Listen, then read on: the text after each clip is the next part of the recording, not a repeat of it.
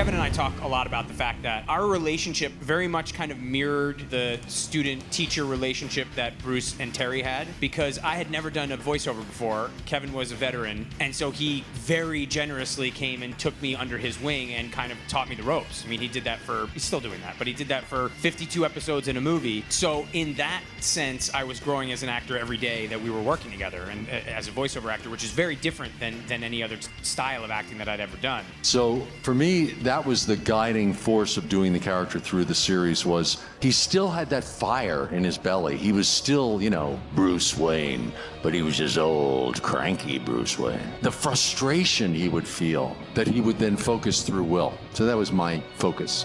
I am vengeance. I am the night. I am Batman. Hey, welcome to the Razzle Dazzle Show, a podcast where we talk about our favorite video games and all things pop culture with an emphasis on our favorites. I'm your host, Jared, and today we are talking about Batman Beyond. Batman Beyond was created and developed by Paul Dini, Bruce Timm, and Alan Burnett, and produced by Warner Bros. Television Animation. The series began airing on January 10th, 1999 on Kids WB and ended on December 18th, 2001 on Cartoon Network. The show depicted a teenage Batman, Terry McGinnis, in a futuristic Gotham City under the tutelage of an elderly Bruce Wayne. Batman Beyond is the third series of the DC animated universe and serves as a sequel to both Batman the Animated Series and the New Batman Adventures. Joining me today is Richard Chin Quee. He's the station manager at WGCU and co-creator and producer of the podcast 3 Song Stories, a podcast where we tell people's biography through music. Let us know what you think about this episode somewhere on the internet, and be sure to follow us on Instagram at Razzle Dazzle Show, on TikTok at Razzle_Dazzle_Show, and on X, formerly known as Twitter, at Raz_Daz_pod. And with all that being said, it's Razzle Dazzle time. Apathy. Oh, I had it. Here, hold on. Corruption. No, I got it. Greed. Hope. Courage. Justice. Are there any other ones? Apathy. Greed. Corruption. Hope. Yeah. Courage. Yeah. Justice. Power and honor. Power and honor. Oh, there's no justice in there. There is justice. Oh, it's at the end. It's at the end. That's the power, honor, justice. In order is apathy, greed, corruption, power, hope, courage, honor, justice. Yeah. That opener is so like late 90s, early 2000s. Like it is, I need you to understand that like, not only is it like a good little time capsule for it, but it it wasn't cheesy even a little when that was on. Like it was exactly like on right. The nail. Like they nailed it. Like you watch it, you're like, this is a good opener. This is a perfect opener. There's nothing, I wouldn't change anything about it. Like the music, the little live action kind of cut in elements, the toys and the sculpture. Yeah, the way, like the Bruce, the old Bruce, like the turns there, and then like the random flashes of the letter X just for no reason. Yeah, right. Like, and then at the and then the hard black cut at the end, like he does the wings up and then it just like shuts it. Yeah, it's exactly correct.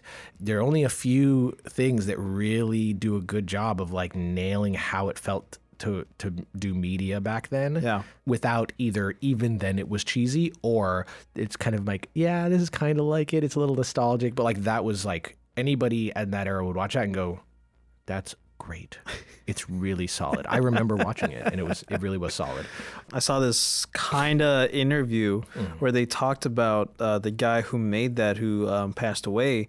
I forget his name, but respects to him. Yeah. It was all done in After Effects in the late 90s, so therefore that is a tough thing to do. Oh, yeah. But also it's like very low budget. Yeah.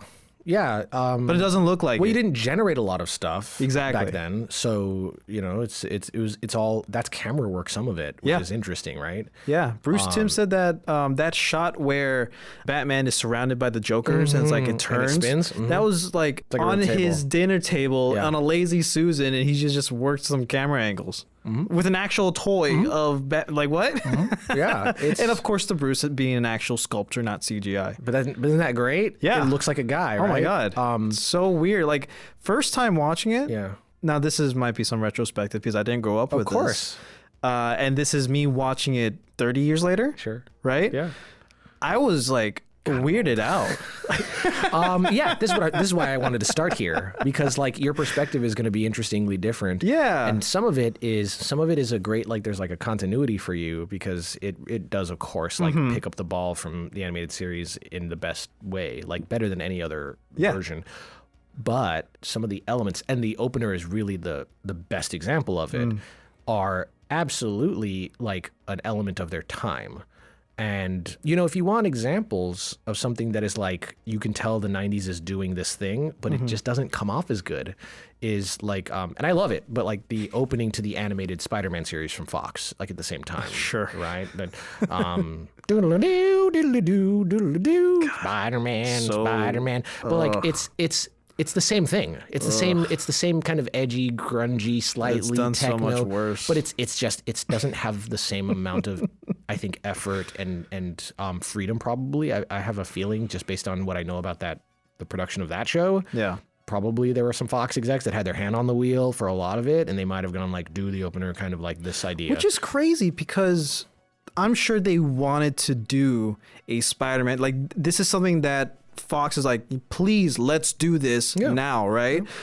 But with Batman Beyond, nobody wanted this. Nobody wanted to do this show in the first place. Yeah. You know, WB was like, listen, we're going to stop Batman the Animated Series and all this other stuff you're doing, because we want a teen version of Batman to follow along with like the other live action teenage shows like Buffy the Vampire Slayer, etc. Yeah. And then Bruce Timm was just like, okay.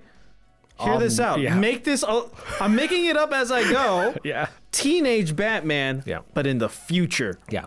And how much better was this? You know? Because I mean, WB known for their quality live action teen dramas, and even when what they're making isn't a teen drama, like The Flash or Green Arrow, like they will all Arrow. Sorry, they will all eventually be a teen drama from WB. Yeah. Like all those shows are basically that show. It's like a really bad Buffy. Yes. And so it could have been that. And in fairness, we did have Birds of Prey, which was that. Are you familiar with this? No. Like a show? Birds of Prey show? There was a live action show, Birds of Prey. Oh my God. From that era. Was it Black Canary, Huntress, and one more. Catwoman? That's usually the main three. There was another bird, I think.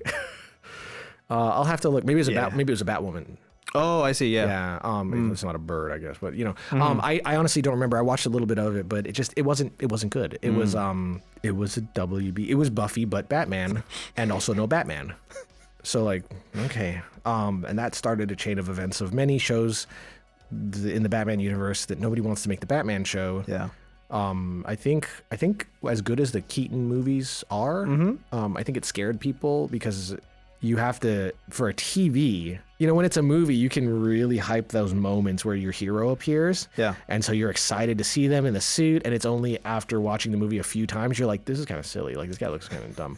But you don't care, right? Because the movie is built around it. Yeah. But a TV show, you know, you gotta have that moment every episode. It's 44 minutes for a whole season. Yeah. You're gonna see this dumb costume 26 times, and it's pretty quickly you're gonna see the cracks in the armor, as it were.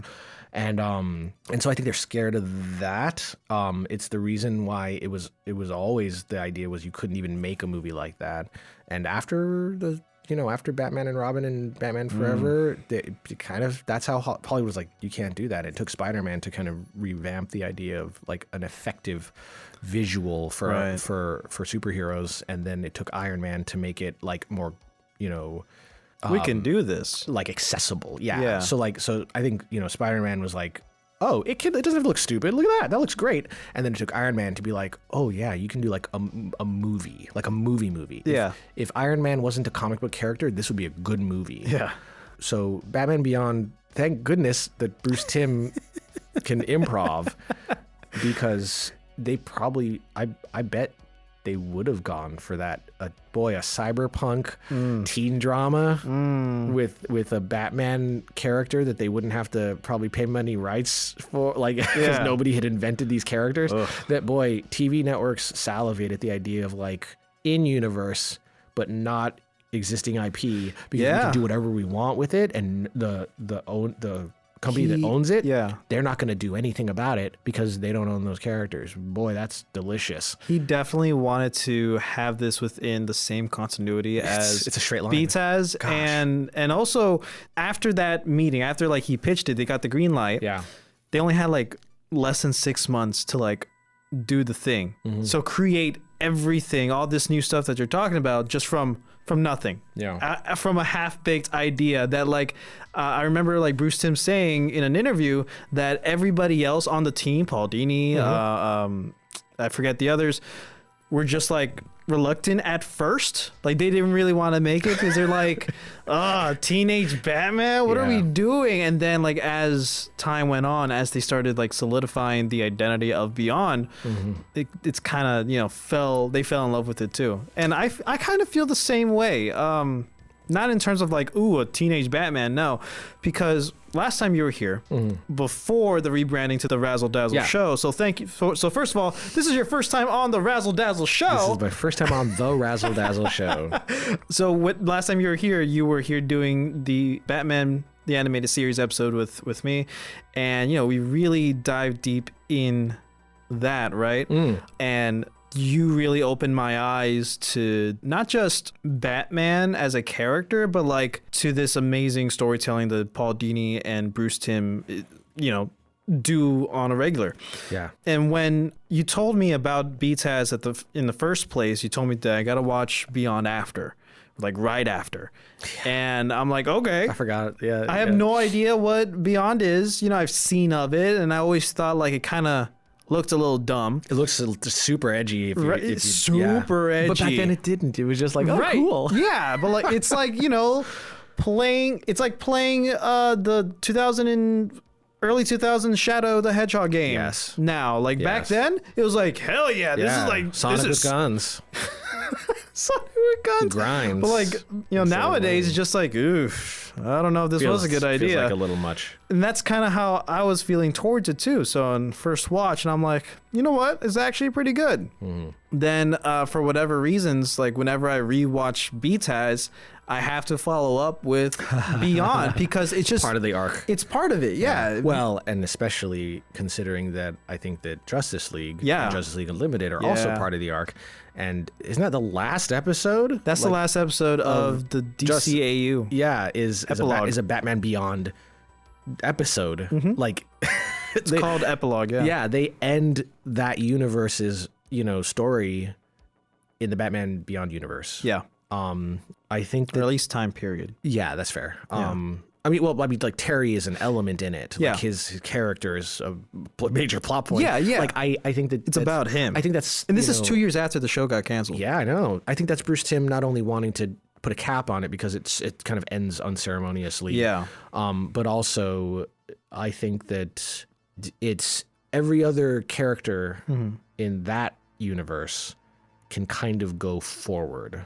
Like you can look at almost any of them and go, and then Superman flew off into the sunset, and then Wonder Woman flew off into the sunset, and then John Johns walked off into the sunset. Like they all have their thing, but like Bruce is he's like 45 probably in Justice League. Like he's got to be mid to late adulthood. He was 50 in episode 1 of Beyond. Okay. Yeah, well, they aged him hard. Yeah, that's not what a 50-year-old looks like. It takes 20. Oh no, I'm sorry. 50 in the first episode where he gives up, where he quits. Exactly. Yeah. So this is what I'm saying is that like in Which is 20 years after BTAS. Right. So in Justice League, you know, you have this one guy who's already past middle aged. Right.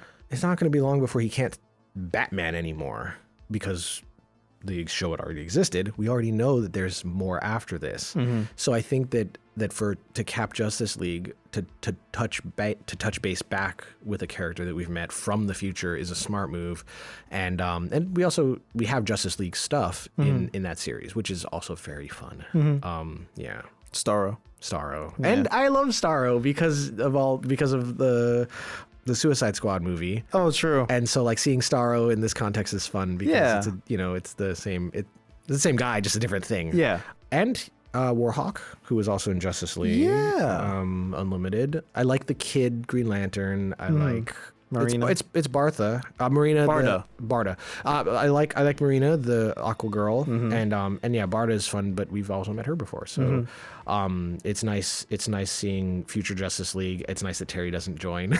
Yeah. Because Batman was also never a member. Yeah. Part-timer. Never made it past that. So these are all these threads outside of the show itself that like join it pretty strong, like aggressively to the main DC animated universe, and of course like the Batman animated series, arc. Like these characters are connected, and I don't think there are many episodes that do it better than so there's Meltdown, right, which is the one with Victor Freeze, and that one does a good job, and It's a great episode. And we'll talk about it, but I also I think I had to mention A Touch of Karare, because we get Barbara Gordon stuff. Yeah. And she even talks about Dick, and she talks about her and Bruce, and she throws a batarang, which is fun. And then a surprising one for me on my rewatch here, not surprising because I liked it, because I remembered it. Yeah. I want to mention, by the way, this week I said to you in passing, like, I definitely have like a VHS tape that says Batman Beyond written in pen on the label. And that's 100% true. And 2, I know that I have it because, again, these are on TV, so you can just watch them whenever, right? But I know... So, like, what I mean is I saw some of these episodes maybe once on broadcast, but I recorded them. So I know a bunch of lines. Like I can do the like Back Off Old Man, we're the Jokers. Yeah. Sure you are. Like I can see that scene moment, like scene for scene in my head. That's just how it is. And as I was watching through these, I kept saying lines before they came that I haven't seen the show in a decade, And, and so like there's the one with the stim slapper. Oh, the Bane episode? The Bane episode. Air quotes Bane. Yeah. And but the Venom. But the part where Terry's he's Batman, he's in the suit, and he gets knocked out by the athlete guy in the double highlight kind of suit, and he knocks him out, and he lifts the mask up, and before he said it, I was like, looks like I've got a rodent problem. And he's like, and he says it, and I was like, well, I guess I've seen this a lot of times. The only way that's possible is with the tape. Yeah. Because I never had the DVDs of this or anything like that. Yeah. So anyway, as I was watching through, one that surprised me in its similarity to the animated series, even though I knew I like as soon as it started, I remembered the episode. Similar as in structure. But like, yeah, it feels like a Batman animated series episode is Joyride. It's the first one in the second season where the Jokers steal the fancy car. Yeah, it just the feels military. Like just something about Batman having to help this. Was it a cop? It was like some government agent. Yeah, or who's whatever. like I lost the car. I need to get the car back. and it's Batman trying to convince her that he's on her side. Yeah. They're gonna get it back. And then we keep cutting back to, and I think this is part of what made it feel like it. We keep cutting back to the Joker gang in the vehicle, and how kind of like each of them is taking this situation. Particularly, there's the one guy that's like new. Yeah, he's just got the red newbie. Nose. He's just got the red nose. Yeah. And I just thought that character is such a Batman the Animated Series character, like a guy who is new in the gang, doesn't really want to be there, and then the boss is kind of flipping out, and even the ending where like he does get to keep it, but it shuts down, and then he's just like slamming his hands on the console in frustration that it doesn't fly anymore. Yeah. The idea of Joker gangsters taking a joyride around town and causing a bunch of trouble is like lockstep with like Harley's Day Out. Right. Like it just feels like like let's take these characters and run them through a situation and just write around it and see what happens. And obviously it's Dini, and it's Tim, and so like you're gonna get those things. Although this was not written or directed by either of them. So there's that. Oh, that's what I love about this too. The series has a ton of writers and directors. Like, that's true. They spread it around really. But going back to like Meltdown, right? And we get to have the same voice actor. Yeah. For Victor Freeze. For Freeze. And also that's also another reason why this Freeze is my favorite like villain. Like period. I just really.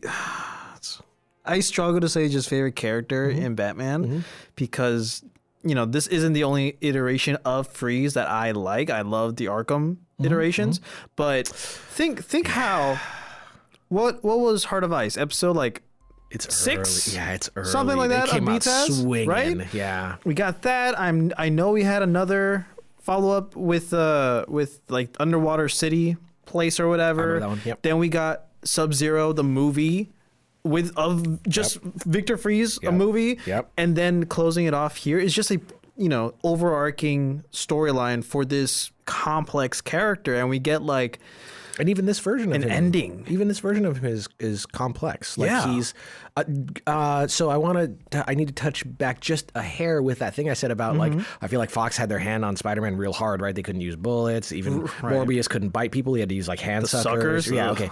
So like the first thing this character says is like every moment, there hasn't been a year, a month, a week, or a day that I haven't thought about death. It obsesses me. His first line. That's all he wants. He's like, I just want to die. And they're like, what if we could give you a body? And he's like, I don't care. Go for it. Yeah. If I die, it won't matter. Take a good look, Doctor. I've been like this for nearly 50 years, and I haven't aged one day. I have become what many men have dreamed of, an immortal. And yet, there hasn't been a day, an hour, a minute I haven't thought about death. It obsesses me, even now. What if I said I could give you life? A normal life? Ah! Victor, an incredible mind like yours deserves a body. Like, they're not fooling around with, a lot of characters die. Like a lot of henchmen get thrown into wood chippers and, snake pits and all kinds of stuff. And so, for this version of this character who's been reduced to a head, but who is immortal because like there's something so good about Victor Freeze, who by mistake got his wife into a coma and then now just wants to bring her back. And in trying to do that, he made himself into a monster. And also now she'll never be back. And then now, as we skip way far ahead in the future, he's immortal. Like he killed her by mistake. And the irony of him being unkillable is real. Like that is Bruce Timm must have had a fever dream and just wrote it. Like a character who kills his wife can't die now. And then so I remember being 15 or 16 and watching this episode. You're a prime age. And like when he's a person again and things are he saves a cat from jumping on the subway and you're like, oh, maybe this will be all right. And then he starts to sweat and I was like, oh no. Like it's gut-wrenching to watch a character who you always kind of understood as like, man, tragic. That sucks. Like he's a bad guy, but like that does suck. And then watch him get a second chance, watch it go well, and then watch Bruce be right because he is. Like it really sucks. Even Terry was like fighting for Freeze. Yeah. And Bruce was like, I know, but like we can't take that chance. Yeah, he almost blew the whole city up. Yeah. And you know how strong that episode is until this rewatch in my head, and I think I've said this to you before, I still have trouble separating a moment from the second Ink episode where she's got that guy that's like a hanger-on. Right. Oh my God, yes. And she catches... That's a great episode. Yeah, it is a wonderful episode. And she catches Terry. Oh, and another element, like you didn't get this kind of like seduction character in most animated series at that time. Like she's like... Catwoman, Ink. Yeah. Well, oh yeah, no. So, this is the bit is Terry's Ivy? Catwoman. Well, Terry's she's more like Ivy because Terry's Catwoman is 10. Yeah, which we're going to talk about. We're going to talk about it. But Ink is stringing this guy along. Yeah. And it's not unintentional. And it's crazy how it's like it's also not for like any sexual or romantic she's using notions. She's using those tools. He doesn't want that. Exactly. He wants to be Ink. But like, crazy. But that's what I mean. Is so they're like, well, how do we code this in her dialogue and in her tone? Yeah. Like sexual. Isn't this like a kids show? Listen to me. The assassin thief lady made of ink is definitely gonna play that role. Like, and so she catches Terry and she, calls Bruce to come because she wants to kill them both for for fire hosing her in the first episode, which is such a good. Her first episode is stellar, by the way. Great, but he shows up in the bat mech suit, and it plays the old theme, and there is something really solid about the connectivity of those moments in the show, and they happen pretty often. They don't happen in every episode, but let me see. They because I marked some of them down. They definitely happen in the first two, like the two-parter opener. Of course. They happen in Meltdown. They happen in Spellbound. Oh, Spellbinders episode. Yeah. They happen in Shriek. God, I love Shriek. And so, like, there's a lot of episodes where they're going out of their way to do handoffs to remind you. So, like in Shriek, Terry does detective stuff, and so, you know, Bruce is, but also, and it's the episode with my favorite Batman line of all time. Think about this. We're gonna say the line, but like, think about this. It would be very easy for this show to be very good, high quality, but still like 100% spin-off. Yeah. And for us to never really get more, what I would say is Batman content, and by that I mean Bruce Wayne content out of it. Like, to know, it would be easy to watch 3 seasons of Batman Beyond in some version that could have existed, and you never learn anything more about the animated series character that you've already known so much about. But here's an episode with not a one-time villain, but he's not in it a bunch. Shriek, he's not, 3 times. He's not an ongoing, he's not the Joker. No. Right? But at the end of that episode that introduces him, right, he says, "How did you know you weren't crazy?" And he says, "Because the voice in my head kept calling me Bruce." And he said, "Well, what do you call yourself?" And he just looks at him. He doesn't even say it. And then Terry says, "That's my name now, right?" Oh, yeah. I guess you would. Yeah. But like, but that's my name now. But like, too bad Shreve's too freaked out to testify against that weasel. Maybe when his hearing comes back. If it ever does. Tell me something. Why were you so sure those voices weren't coming from you? Well, first, I know I'm not psychotic. I hope your other reason's more convincing. And second, the voice kept calling me Bruce. In my mind, that's not what I call myself. What do you call yourself? Oh, yeah. I suppose you would. But that's my name now. Tell that to my subconscious. We learn something there about Bruce that is kind of pivotal for the character, because it was when I saw that episode I understood the main animated series character and the Justice League character, and I understood, and I've said this to you before, but it's one of my favorite Batman things to say, is Bruce Wayne died with his parents like, in the alley, and the guy that's left is Batman, and he puts on a Bruce Wayne suit. Yep. And I never really understood that until I heard that line, because when I heard that line, I was like, oh, yeah, he thinks of himself as Batman, and he doesn't think of himself as Bruce. Sometimes he just has to do, I have to do the stupid voice. I have to, hey, Lucius. And like, which, for the record, that's the other fun thing about this, of course, is that he doesn't do that voice ever. Old Bruce, even when he goes to like the corporate office, because now he's old, so he just sounds like so that. He doesn't care. So he just sounds like Batman also, all the time. starting in, I'm pretty sure the new Batman Adventures, he stops doing that voice. It's just the same thing all the time, you know? Yeah, well, we don't get really a lot of Bruce in that show. That's fair. That's fair. Well, we do, because I can see him. I can see the art, the shift, because he's basically, here's a black rectangle with like a white thing where his face is, and that's Bruce. But that chin, man. Oh man, it was all rulers. They were just using no curves, just everything sharp.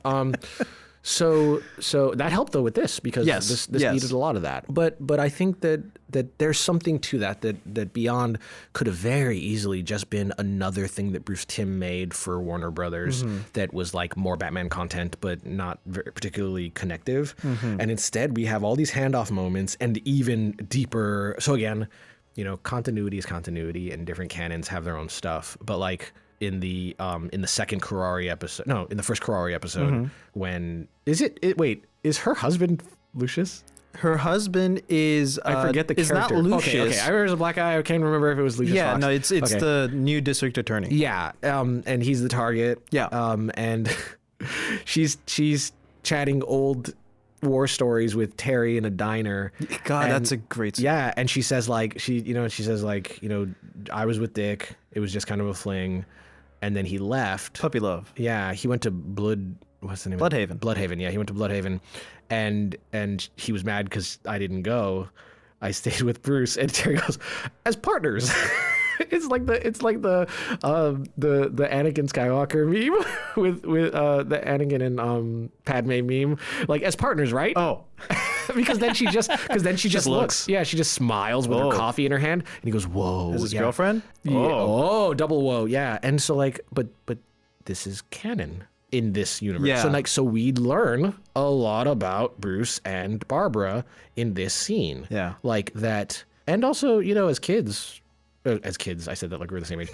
As a kid, I did always wonder, once they got, once it was like Dick in college, Barbara in college, hanging out, why don't they couple them up? Because I was just so used to shows doing that. Like, here are two characters of the same age. They're both crime fighters. Or do the fun thing where like, this is my favorite trope, is like if Barbara really liked, like Robin or Nightwing, but like she does if they didn't know their secret identities, and then like Dick was really into Batgirl but not Barbara. Like it's a Ladybug Cat Noir thing. Boy, I do know what that means because I've seen the show because my daughter watches it a lot. I've watched the whole thing. It's a good show. It is a good show, and you're right. That is the same dynamic, but my brain goes to the fact that Peter has. Despite everybody talking about how hard he has with ladies all the time, Peter Parker, he has two girlfriends because Felicia Hardy is Spider-Man's girlfriend. Yeah. and then MJ is Peter's girlfriend. But like the idea that like one of them likes him as one character and then the other. So I always wondered why they never did that. And then here we are in Batman Beyond and like, oh yeah, that happened. We were going to put it on the show, but like that happened. Of course it happened. And also it unhappened. And then Bruce happened and that unhappened. I never really liked, like, this has nothing to do with anything, but I never really liked, Bruce being with Barbara. So the only thing that makes it work for me, it's not my favorite pairing or something like that. No. But, the reason it makes sense for me is because from the beginning of, and again, this is the animated series Barbara, from the beginning of that Barbara, she like idolizes Batman. Yeah. And so once you're in, like, it would be very hard for her to not like fall that way. Yeah. And then the other thing I like is that even though they're technically not connected in this universe, it dovetails very nicely into the Killing Joke, where they did have a relationship, and it's part of the dynamic with why they don't really talk anymore. Yeah. And how the Joker targets Barbara, and then it's like a big thing for Bruce because he's like, if we had stayed close, maybe I could have prevented that. Like it's its own thing. It's a comic, first of all. It has nothing to do with the cartoon. Yeah. It was before the animated series, I'm pretty sure. Like I think Killing Joke is maybe early 90s. I forget. But they're definitely not written together, but it works so well assuming that has happened in the later part. But I'm just saying the concept in general, but in BTAS and beyond, it's fine. Yeah. Now, and then the other, of course, you have to then ignore the entirety of Oracle. You have to just be or maybe you don't. Maybe it's the future and Barbara got a robot spine and now she walks around and everybody's like, remember when you used to be in a wheelchair? And she's like, no, I'm fine. I like that she shows up more and more. I like that the first episode where she shows up, it's not really a thing. Like, it's just like, it's Commissioner Gordon. She's here. and look, then she's like, are you Bruce's new assistant? And he's like, yeah, stay out of trouble, kid. Don't let me catch you. Don't let me catch you. Yeah, like wink. I know you. I see you. My dad did stuff. I'm not my dad. Oh, and how great is Batman the musical that they go to? Terry takes Bruce to the opera, to Broadway basically, and it's just Batman and Gordon singing. How's it go? Oh my god! I'm trying to. I just recently watched this too. Hold on. Good work, Cape Crusader. Once again, you've saved our fair city from those vile miscreants. They were no problem, Commissioner. For as we all know, criminals are a superstitious, cowardly lot. Yeah, that's it. That's the line. Yeah. And he just goes, ugh. Just gets up. Yeah.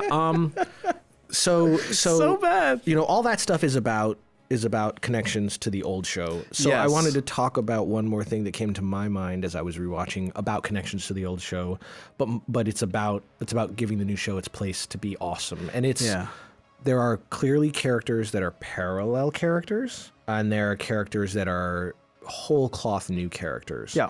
So by way of example, you have to go with me on this because to me, The only version of the Joker that I'm totally in love with, I like all the variants of his origins, but the one that like is in my heart is the Batman knocked him into the thing. Mm-hmm. Batman was new. The Joker was not a good criminal, and he fell into the vat, and then we end up with Crazy Joker, the real one. So Batman has a hand in his creation, and which is funny as a quick aside because the Nicholson's portrayal in the Michael Keaton movie is the reverse, where the Joker shot Batman's parents, and that's why he's... Oh, but he also splashed him. They create each other. Yeah. Which is poetic, but weird because he would have to be so much older to be a criminal when Bruce was a kid already. And then now they're both, like, Bruce is like 30-something. So is the Joker, like, in his 50s, like, in that movie? I mean, kind of. So anyway, this creative element that Batman has to the Joker is also kind of related to his obsession with him. Right? It's actually, it's actual motive for a crazy man, for, like, a totally off the rails, you can't predict anything he does, just that he finds terrible things funny. It's a real motivation. The reason he's so obsessed with kind of, like, hitching on to Batman and dragging him down is because Batman is the reason he is how he is. Powers, Blight, Derek Powers. Yep. Blight is obviously like his Joker, like Terry's Joker. He killed his dad. Main villain. It's his season 1. Yes, I think. Okay, you're correct, but also I think season 1 is also the best season. I think that it's just stronger. Most of the good episodes from the other seasons are recurring characters from the first 2 seasons. Although there are some big standouts, but season 1, man, there's not a bad one. Every one of them is like, this is great. You know, the more I watch it, the less and less I like the 3rd episode, Gollum. Not the 3rd episode, 4th episode technically. Do you know the reason why? Is because the better episode, the better version of that is Landslide or Earth Mover. Oh my God, yeah. I wrote down the name. With Dirtface? Yeah, Earth Mover. That episode is a way better version of the same idea, kind of. Yes, So... But yeah, Blight. Blight is obviously like he makes Terry. Yeah. Because he kills his dad. And Terry makes him because, and by the way, exposes him to the nerve gas. Hear me, people. This is S tier visual combat storytelling because which I feel like has fallen by the wayside. Terry takes cover because Derek Powers grabs his blaster. What is that guy's name? Oh, I know his name. The right hand man. Oh, with the scar. I should know his name. He grabs his gun. Yeah. He goes, get the hovercraft in the air, and he starts shooting it at Batman, Terry, and so Terry takes cover and he throws a batarang, and he shoots it out of the air. Yep. He's like shooting skeet, and then Batman skedaddles around the corner. So when Powers gets there, he's not there. Yeah. He's like, and then he turns. And Terry is throwing a canister at him, and he doesn't think about it, and he shoots. That's really solid, wordless. Not wordless. He says it's like shooting skeet, but without explaining what's going on. Like in a lot of shows, Terry would go like I bet he'll shoot this, and then he like it's just so great to trust the audience to understand the pattern. Yeah. Without doing it like 4 times, and then that's right. He shoots the canister, and that gas just covers him, and then they have to irradiate him to save him, and we get Blight. And this is really great. And he goes crazy, like he goes nuts, and he's one of the best nuts evil characters. He's just as good. The voice actor is it's never gonna be Mark Hamill. No, but what I mean is like the writing. They write Blight as strong as they write the Joker for crazy bad guy. Yeah, like they give him so many scene-stealing lines. Like, do you have any idea how he's crazy, but not maniacal? Yeah, he's He's driven. He's not. Yeah. He's not random. Yeah, but like they give him all these. So like after the Freeze episode, he gets which is the first time we actually really see him in action. Mode, yeah, he gets plunked into the frozen lake. I actually laugh. I still laugh. I laughed when I was a kid, and I laugh at it now because he's like him and Freeze are having this wonderful fight because he's radiation and fire and he's Mr. Freeze, and then like he just and he just shoots him through the wall, and he goes and he lands in a frozen lake. And he's like, well, you're out of the fight. But then later his guys pick him up, and one of them is like, here's blankets in case you were cold. And I paused the HBO video. I pause it and I go, you are idiots. And he says it, and I was like, it's perfect. But then, but also he gets that line where, Terry, he's like, who are you? And he's like, do you really want to know? He's like, yes. He's like, you killed my father or whatever. You took my father from me. And he goes like, do you have any idea how little that narrows it down? Such a good line. It's a great line. And they don't really, What makes it better is the pause before that. Yeah, it's a good beat. Yeah, he's like, you have a skull radiation supervillain, and they're in like they're like in a sub or something like that. Who are you? You really want to know? Yes. You killed my father. Do you have the slightest idea how little that narrows it down? Do you have any idea? It's as good as the Luthor line in Justice League, right? Where he's switched bodies with the Flash. Mm-hmm. He's like, oh wait, I can just look, and he looks in the mirror and he's like, I have no idea who this is. But it's the beat that sells it. So the thing is he's a great, he keeps showing up. Yeah. And I have to admit though, I do think they accelerated his big burnout. Oh, for sure. Too much. So Ascension is the last episode of the first season where we switch him for his son, and now he's he's out. Everybody knows Blight is Blight, and he's a monster. Yeah. I don't like this so early because how much fun would it have been to keep playing with Terry as a rich, respected businessman instead of, a skeleton monster. Like, him being able to walk through regular society as this thing, and then by night terrorize Batman is a solid idea.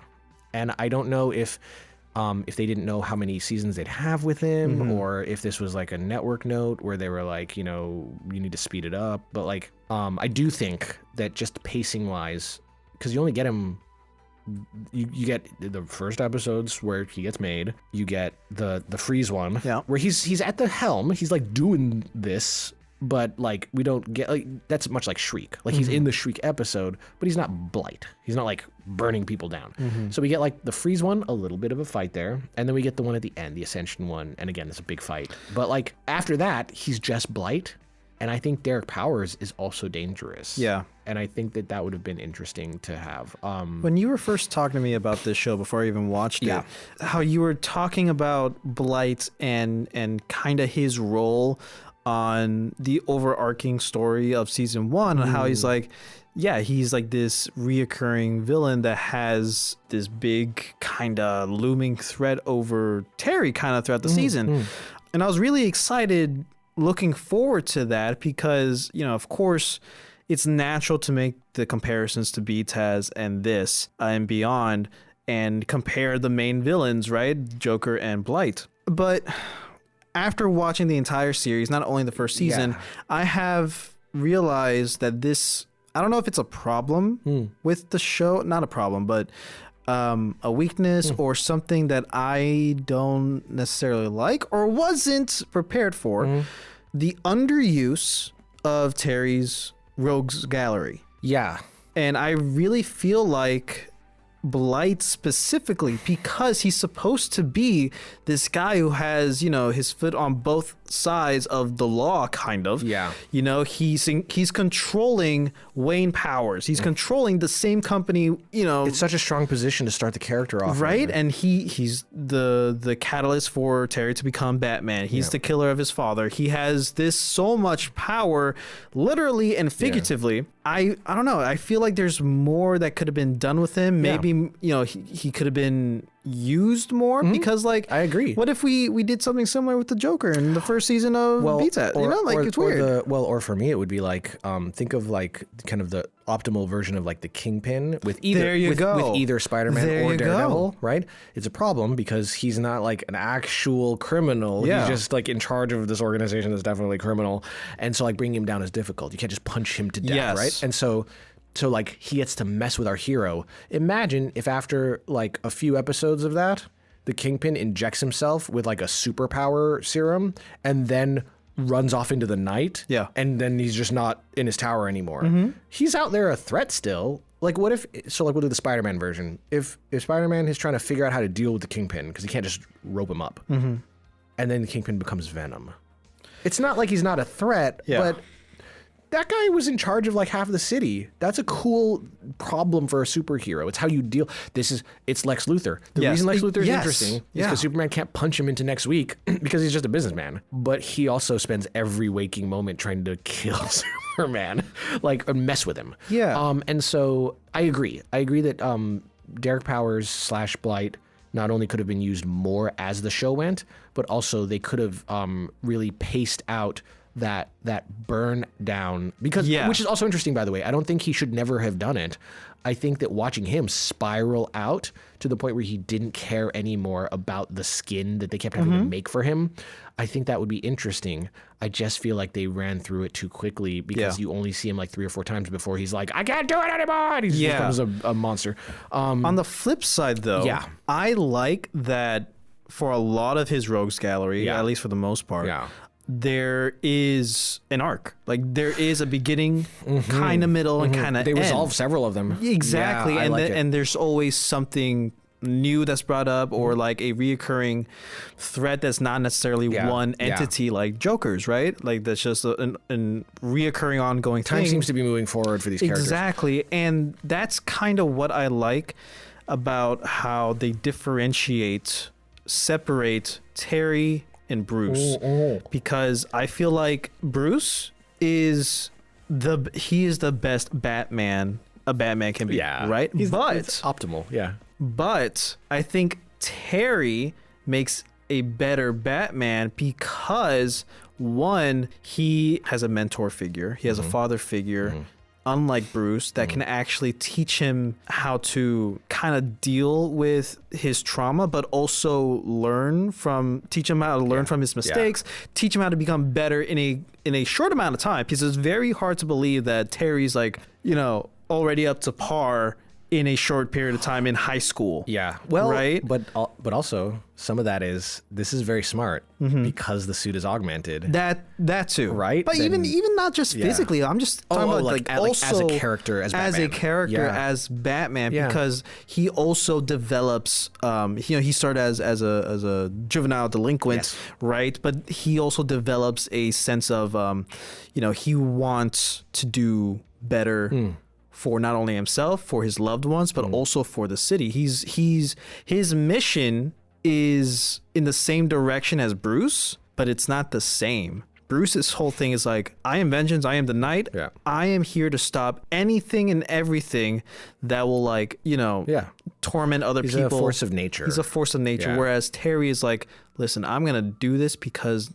I want to. Yeah. Not necessarily because I want vengeance. I like this. You know what I mean? think Bruce feels the burden of being Batman. There you go. And Terry feels the honor of being You're Batman. taking my ranting and making it concise. Yeah, I think that if you said Bruce, could you stop? He would go, no, I can't. I can't. Yeah. And Terry would say, I won't. Yes, there you go. And there's a difference between those two things. Yeah. I think that's true. I think but this goes back to the thing, right? Is the reason Bruce can't is because there's no Bruce. Right. He is Batman. Right. He'll be not Batman when he dies. That's when he won't be Batman anymore. But Terry is still Terry. He's there is that line. Yeah. I think that's very true. That's very true. And you brought up an interesting bit, because every other Robin who has become Batman sometimes, but every other Bat family trainee, right? 2 things. 1, they all were being trained to be something else. Because Batman was around. And 2, they all fought next to Batman.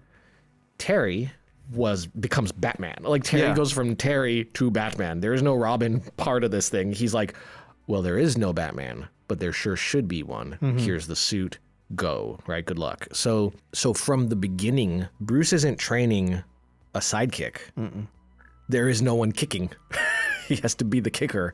So he's training Batman. That's not the same game. And then additionally, one of the first ones, actually, when I started the rewatch, I didn't start at the beginning because I know the beginning one so well. I rewatched the one with Talia al Ghul. Oh my God. Which is really Ra's al Ghul. Yeah, what a weird episode. It's such a good one. Yeah. And you're freaking me out, lady. Yeah. And she kissed me. Yeah. It's such a good line. Kevin gets such a good line in that one. So good. Your brainwaves will be purged as mine are implanted in their place. I shall return to Gotham in your stead, bringing with me proof, both written and genetic, that I am the long-forgotten son of Bruce Wayne and Talia. How ironic that your company and holdings will fund my new empire. No! Lady, that is the sickest thing I've ever seen. You're creeping me out. You? She kissed me. But it's great because we get young Batman and also younger, and we get to deal with that theme of him kind of coming back and going like, wait, what would it mean for Batman to be Batman again? And is it fair, to just, maybe he can just continue? Like, I think it's the show doing a good job of going like, how come we can't just have Batman? Right. And going, because that's over. Like there's a time for that and there's a time for this, and that's okay. Yeah. And I like that Bruce comes to it, by the way, because a coward writer, not Bruce Timm or Paul Dini or whoever wrote that episode, honestly, a coward would write it that Bruce was on the fence and then realizes that it's Ra's. And then, he's like, oh, you're clearly doing some ulterior thing here. You're trying to take my body. And then the whole thing falls apart. I'm going to stop because of the threat. Because of the threat. Yeah. But after the first one, he goes, this is awesome. I'm done. Yeah. Like, I don't want to do this. It's like, this is unnatural. Yeah. And like, he comes to that on his own. Yeah. I like that. Whether or not if he didn't come to it, I would be okay with that. I like that he does, because it's not trying to sneak out of the decision. It's not trying to go, well, Bruce can't. It's him going, I don't want this. Yeah. He'll be weaker now than he was ever before. But it's a good episode to watch as I return to the show, because we get a little bit, he and Terry do actually fight side by side, which is fun after you. Almost like, peak original Batman and like peak Batman Beyond. Okay. So what I want to do here real fast is, can we, I want to take a look at some of these villains and see like which of them are like parallels, and then which are like, so like Derek Powers is like a parallel to Joker. He's not like the Joker, of course. But like, and in fact, the Joker makes a return. I want to talk about the movie but like in the story structure, he's like the Joker. So I think some of these are kind of one-offs, and they don't really like. So like Golem is just a character. It's a monster of the week. There are a lot of episodes where it's just like dealing with teenager stuff, like high school slappers. Stuff. It's very PSA. Yeah. Yeah, that definitely. Don't bully. Slappers feels like a very special after-school special, which is important, and they do a good job. And we get to see Bane. We saw Bane for a few seconds. Yeah. So Dead Man's Hand, right, is the episode with the Royal Flush Gang. Oh my god! Now, were they created for the show? I don't know if they appeared in Justice League first or not. Maybe they're old. I don't think they did. Let's see. Oh, they are in the Justice League comics, right? But this is maybe their first animated. In the Justice League show, they were voiced by the original Teen Titans. Yes, yeah, I noted that. You can hear it. So it's so off-putting. It's like, it's not off-putting. It's like hearing it without knowing, or without being prepared. Just like, whoa, these voices. Why are they here? I know them. So we meet Melanie, who is 10, who is so charming. Yes. And her character is named 10. Yeah. Sorry. She's 10.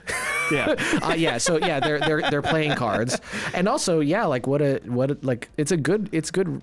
I know this is not, I don't know if her character is part of the original gang also, but like either way, what a great writing technique to really put her in place. Not only is she numerically at the bottom, but like she's the only ace, king, queen, jack. Yeah. 10. Yeah. But she's new at school, and Terry breaks up with Dana. She's new in town. Oh, in town. Well, that's fair. Dana and him had an argument at the club. And so, I think that this is a pretty straight up Catwoman character, because she's a thief.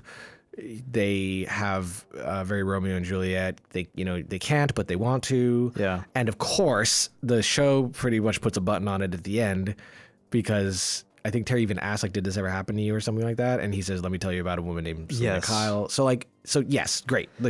10 is definitely, I wouldn't even call her a villain at this point, she's I don't a very sympathetic character. Yeah, right? On this, not on the same level, but up there with Mr. Freeze for me. It's just she comes to realize this isn't the type of life she wants. the same way, right? Catwoman is rogues gallery, yes, but not a villain. No, but she wants to be a thief. Yeah. So therefore, because of that, it makes me care for Catwoman less than I do for 10, for Melanie. Yeah. And I just love seeing and this is part of the reason why they made a teenage Batman, seeing the complexities of the double life, right?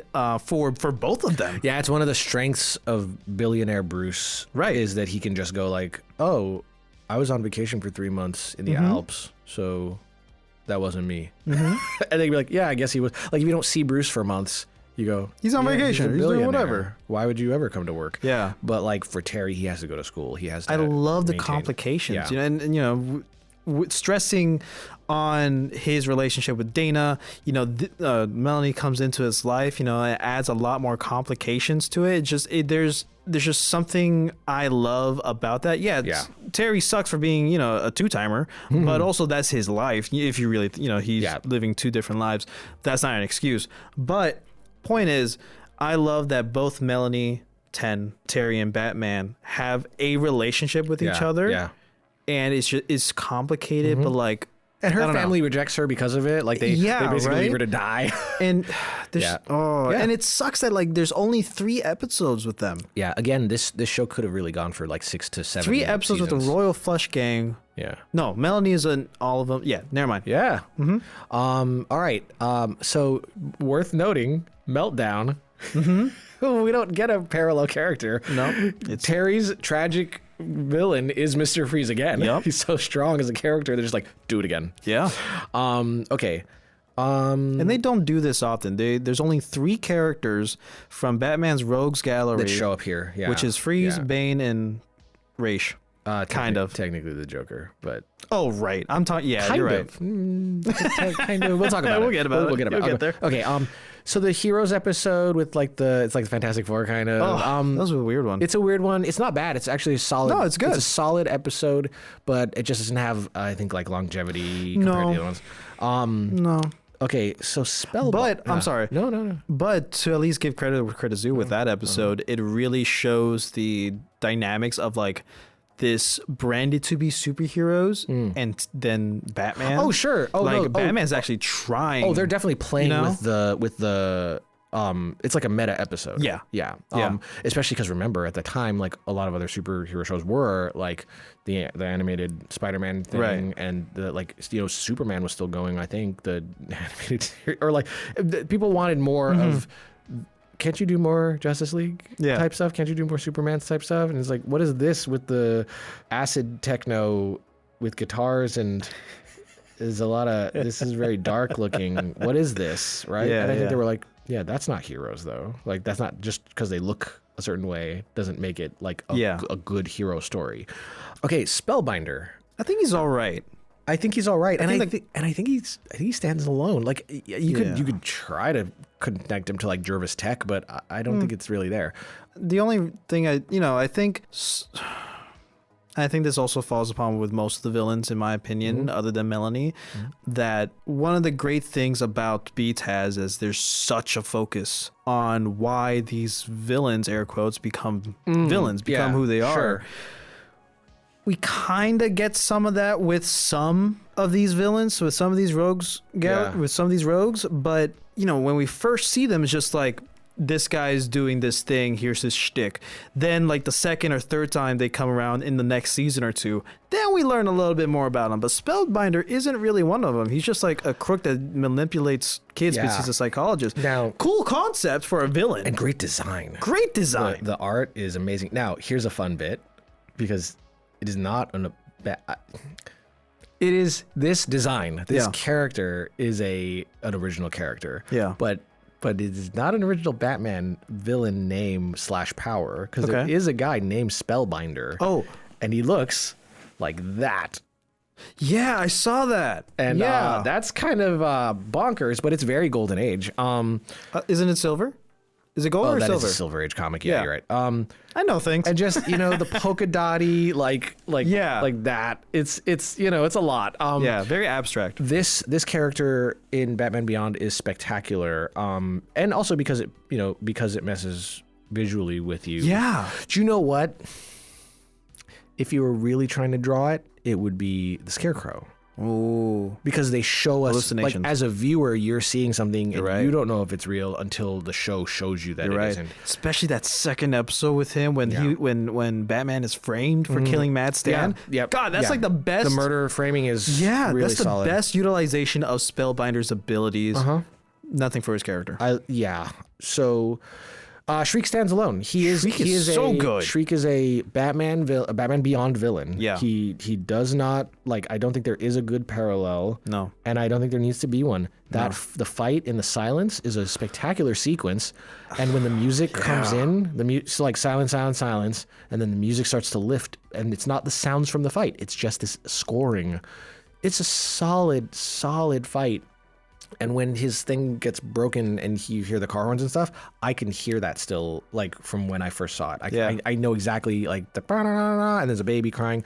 And as people who work in audio, it would be so bad. It is not, all the wave cancellation stuff. How his episodes are played and how the showrunners, like, play with sound visually and actually auditory, like, it's spectacular. It's really good. Oh, it's so good. Yeah, and again, this is another Derek Powers pulling the strings, right? He's using him for corporate espionage to break down buildings and to screw Wayne up by trying to make him think he's crazy, so they can take control of his. And is that also the episode where we see Crime Alley? I think that's, which one is that? There's one where Bruce is trying to. He goes. I think think the flashback when you first find. No. It's when I think it might be Derek Powers is trying to expand the Wayne Powers territory into where Crime Alley is, and they have a big vote at the end of the episode. Aren't they trying to take down the theater?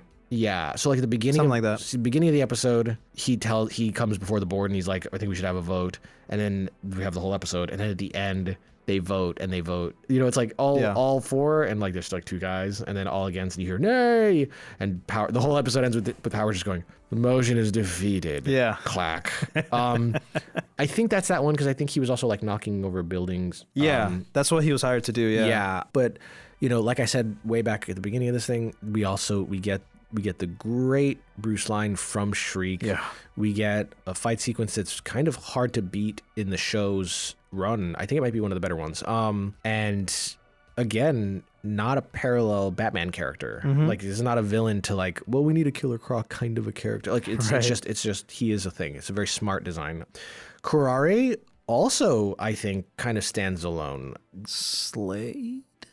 Yeah, but Batman we don't see that series. in there's no Deathstroke in the animated series. Which is also crazy. He's a strong, he's a big character. Yeah. Was he around? Oh yeah, he's an older. He's got to be an older character. Yeah. Because Deadpool is a knockoff of him, but Deathstroke the character must be. He makes his first appearance in Teen Titans #2, 1980. So yeah, he's been around. Yeah, he could have been around. But for BTAS Rogues, no. I don't think. Shame, because that's one of the only shows where you could have guns. True. Like, very few of those shows have guns, except Batman did have guns. Oh, that was the other thing. Oh my God, I'm so glad we didn't skip past this. It's funny that Slade got us to this. How great is it that the first episode... so we start with Batman, right, in the new suit, but it's old Bruce. But the first part of that episode is absolutely the animated series. Yeah. They even drew it on construction paper. Yeah. You can see that they're using the old techniques from the old show, and the music and even like some of the set pieces, like they are drawing their old show before they transition into this new show. I love that. Yeah. I love it. It's so good because honestly, if he was wearing the old suit, you would just go, there's another episode of Batman. Yeah. Like, that's amazing to me that they didn't feel obligated to pull it into, the new art just because it's not long. It's only a couple of minutes to get us into the show. 3 minutes. Yeah. So like it's a very smart move to subconsciously give you the handoff to go like, this is the old show and we're here. Like we're the guys that did it. We know how to do it. And then here's the new show. All right. And the thing that solidifies to Bruce, to Batman, that he can't keep doing this is the mini heart attack. And he reaches for the gun. Yeah. The one thing that he's sworn not to use. Yeah, it's a shame because it's really effective. He puts the gun and the guy runs away. Like, imagine considering, like, I could have done this the whole time. Like, I could have just... Stop. He didn't have to shoot anybody. That guy ran away. Meanwhile, for the record, this is one of those complications with Batman, the character, right? Is that, like, we have, like, the Keaton, the first Burton movie. Yeah. The Batwing has like 8 guns on it. Yeah. It's got like a minigun on it. And then of course, like, I know it's technically way out of canon, but The Dark Knight Returns, that Batman, I mean, his Batmobile is a tank and it has guns 100% and he shoots those guns. But also that guy, like, I mean, that Batman kicks people off buildings. So like that. I hate the Tumbler. From the movies. Ugly. The sidebar. The Tumbler is as ugly as the roller cycle that comes out of the Tumbler is awesome. That's the thing. Fair. That's That's thing. fair. When the Tumbler, you're right. Oh my God, when it crashes in the Dark Knight, yeah, and he goes sideways out of that alley. Like a bike going sideways is amazing that way. Plus, that's the flip the truck scene, so yeah, it's just the best. But yeah, I agree with you. It's it's one of the hard things about making a grounded Batman thing is that you do really have to look at, like, how would we make this if we were making, like, the idea of it, like a Batmobile. Well, we wouldn't make a 20-foot long car, right? That's for one. So, okay, so no 20-foot long car. That's a shame because it looks so cool. Yeah. We probably wouldn't make it shaped like a car in and of itself because cars are shaped for garbage. For car impacts, those protect people you hit. But you would want this to protect you, the driver. Yeah. And we probably need it to be kind of just like covered in armor. Like what kind of thing? Rockets? It's going to get hit with a rocket. Then it's a tank. Like we're making a tank that drives like a Jeep. Speaking of, I really like, there's this thing that happens in the show over and over again, and they never make really a big thing of it, but I love it so much. It's so iconic to me for the show. And it's Terry running off of a building and jumping and the bat plane or whatever you want to call the it. Batmobile. The Batmobile. It's always just the mobile, I guess. The Batmobile Beyond. Like it flies under him. The Beyond Mobile. He just drops into it. Oh yeah. It's so good. Like and they just do it after a while. You just get used to seeing it. Yeah. But like, I honestly think it's one of the signature animations in the show is like him. It's as much as him with the rocket boots, like flying like a T with his. Or like when he's in the Beyond Mobile and there's like these levers on the top and he's pushing like drops down. Yeah. No, I'm talking about like when when he grabs the he grabs the things and he comes on shooting top. out of the bottom. Yeah. Spectacular. Yeah. Yeah. But like grabbing the controls to turn and like you can see the circuitry. They mate the arms? the suit and the thing mate. Yeah, that's so cool. I love the mobile. They don't really do a lot with it, other than just get him around town. But man, it's just a good design. All right, so then that we get the second Ink episode. Mm-hmm. I want to talk about the Karari one real fast, only because that is an episode that I feel like if none of this existed and there was this short film called A Touch of Karari, and you had to figure out on the fly that like, oh, that's old Bruce Wayne. That's Batman. This is Barbara Gordon. This is an assassin. I think it would work. It kind of makes me, for some reason, when that episode ends, it makes me think of the first episode of Bebop. Ooh. Because there's something about like, I know what it is. It's that we have lots of characters who have a past that isn't apparent to us even from watching the show. Like if you've never seen any of the animated series, Barbara is a mystery. Like this old policewoman used to be Batgirl, but what's Batgirl? And how come she has this moment with Bruce and she talks about it with Terry in the diner? And then we cap all of that with Karari gets away, right? And then Bruce is like, yeah, we don't have to worry about her. She's got other things. And then they cut to her in the police car she's stolen. Yeah. And the sword comes through the ceiling and she looks up. It's such a good self-contained story that isn't trying to teach you all the things in 20 minutes.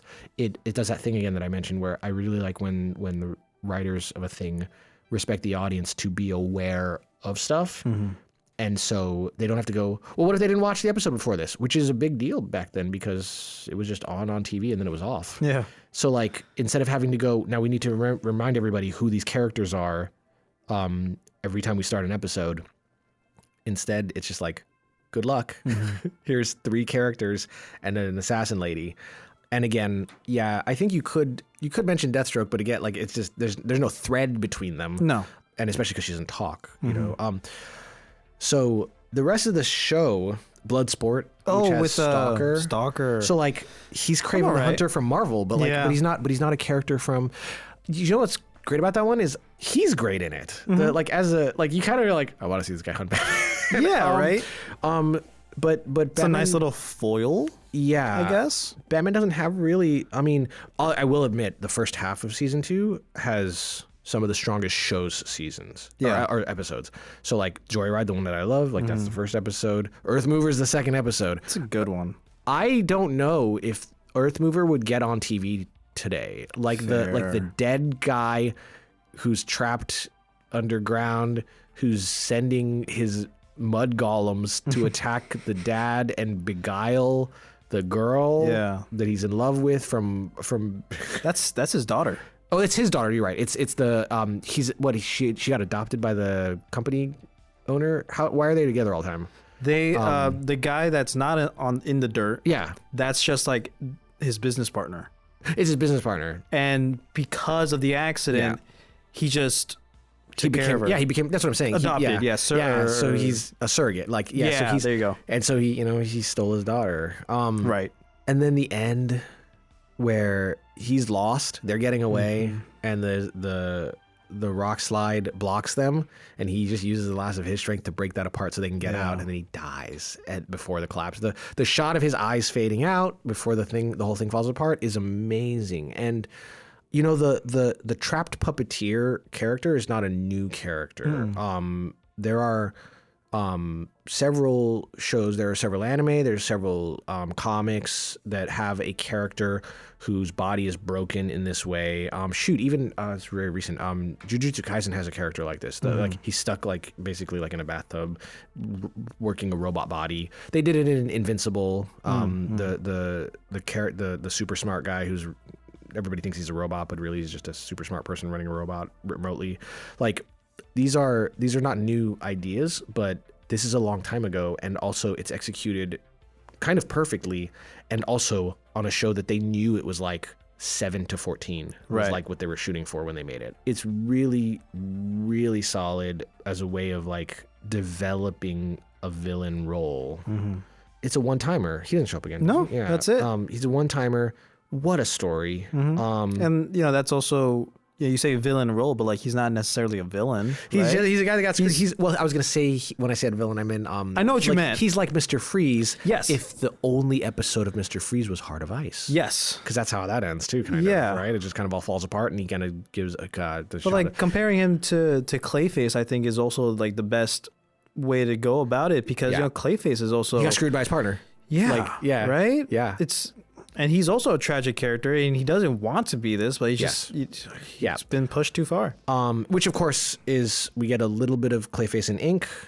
True. And we get, I feel like there's another character like that, but I can't remember. Lost Soul and Splicers are both. It's a weird one.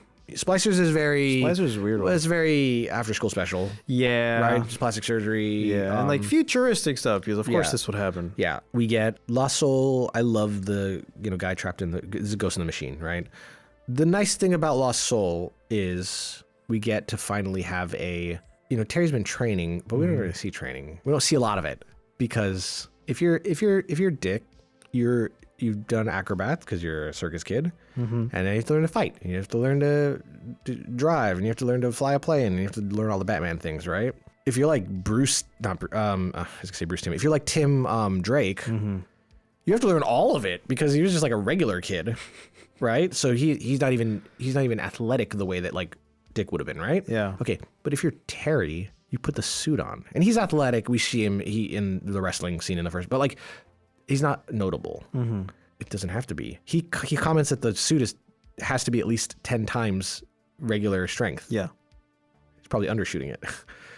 So he can fly and he can run around and he can lift trucks and stuff. Like he doesn't need to train that way, right? Mm-hmm. So this episode, his suit gets hacked, mm-hmm. and he puts on the Nightwing mask, mm-hmm.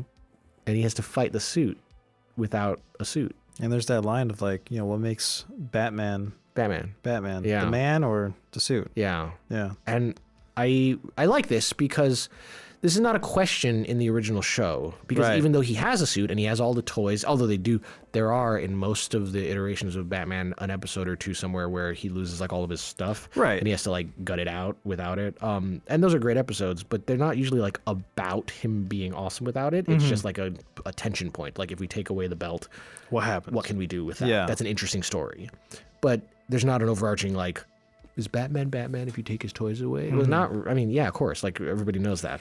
Because he hangs out with Superman. Like he hangs out with Green Lantern. Like he doesn't need, the suit is not enough. Of course he's enough without it because the suit is barely a difference.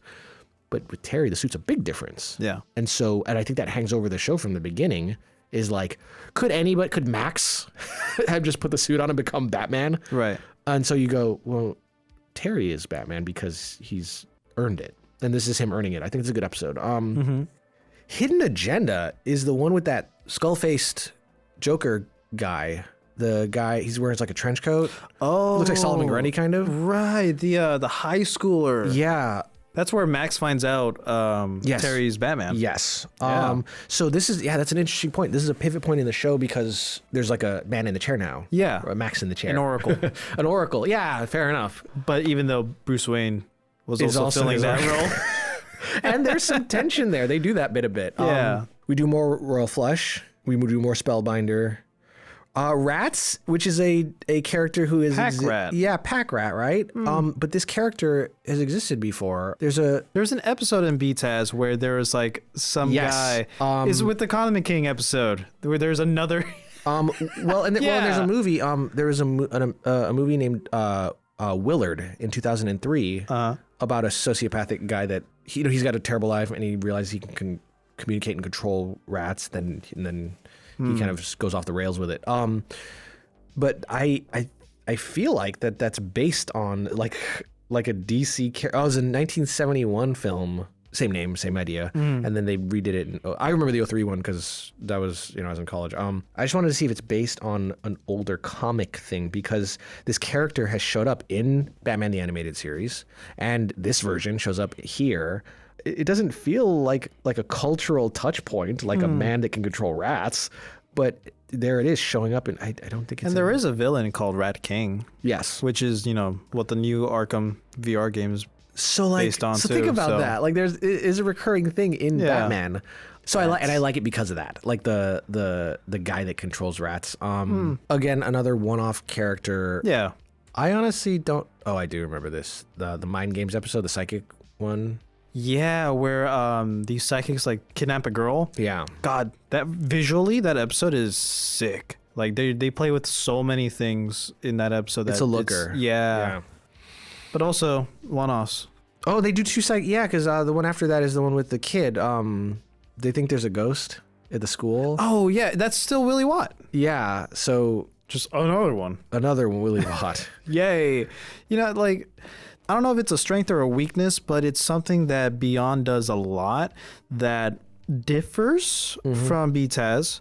BTAS uses the same rogues gallery over and over again and can have a lot of standalone episodes just with these characters. Yeah. And that's great. That's like phenomenal. And I love that. Beyond has a lot of new characters, new antagonists, new villains. Yeah. While also still having a lot of standalone episodes with these characters. I don't know if that's like a positive or a negative. It's just how it is. It's just how it is. Yeah. And I'm not like 100% fond of it because of like the main villains I would have loved to see them more. But I still think the episodes that we got with these one-offs were pretty good for the most part. Yeah. So it's very much like, take it with a grain of salt. But I still think it's done really well. Yeah. I think the strongest ones are the ones that we have a new setting. because it's the future. We have new characters, we have a new Batman, new villains, but like the feel of the like what's the adventure this week feels like a BTAS story. So like the next episode is a good example. Babel. It's the one where Shriek takes away everybody's. That feels like, you know, the Mad Hatter is doing a thing and now nobody can talk to each other. Yes. Right. It feels like it. And we also see a lot of detective work from Terry. Yeah. So kind of also proving that he's learning and becoming Batman. Okay. Now this next episode is a weird little side thing. Yeah. Because the one after that is the one with Zeta or ZTA. Zeta. Yeah. Yay. So Terry's friend dates a robot is the name of the episode. Right. And, it is. No, this isn't Zeta. Oh, you're right. It's Zeta. No, this is. Oh, this is when the girl is Cynthia. This is Cynthia. You're right. That is a fun one. It's very high school, which makes sense. It's very high school. We didn't really have a parallel. No. Yeah. It's just it feels like. Well, actually, that's not true. You're right. Silicon Soul. Yeah. Or whatever. Yeah, you're right. Hardak. I remember Hardak. That's a two-parter, no? Hardak is a two-parter. Yeah, that's Batgirl. She doesn't Gordon end up she there? Is not Batgirl, but she does appear. Barbara's in it. As Batgirl as Barbara. Okay. Because I just remember Robot Gordon. Like Eyewitness is Commissioner Gordon. Oh, this is the Batman getting framed. That's a great episode. Yeah, Spellbinder. Yeah, Gordon witnesses Batman killing an opponent in cold blood, and it's like that type of stuff. Like the Hero on the Run. Hero on the Run. Real detective work from Terry as well. Like you know, season 2 is a lot about really. Season 1's a lot about the handoff. Slows them down a little bit. Yeah. Yeah, and season 2 slows them down and really like builds upon like. This is a new Batman. He is coming he's fitting into his role and just learning and becoming better as he goes on. Yeah.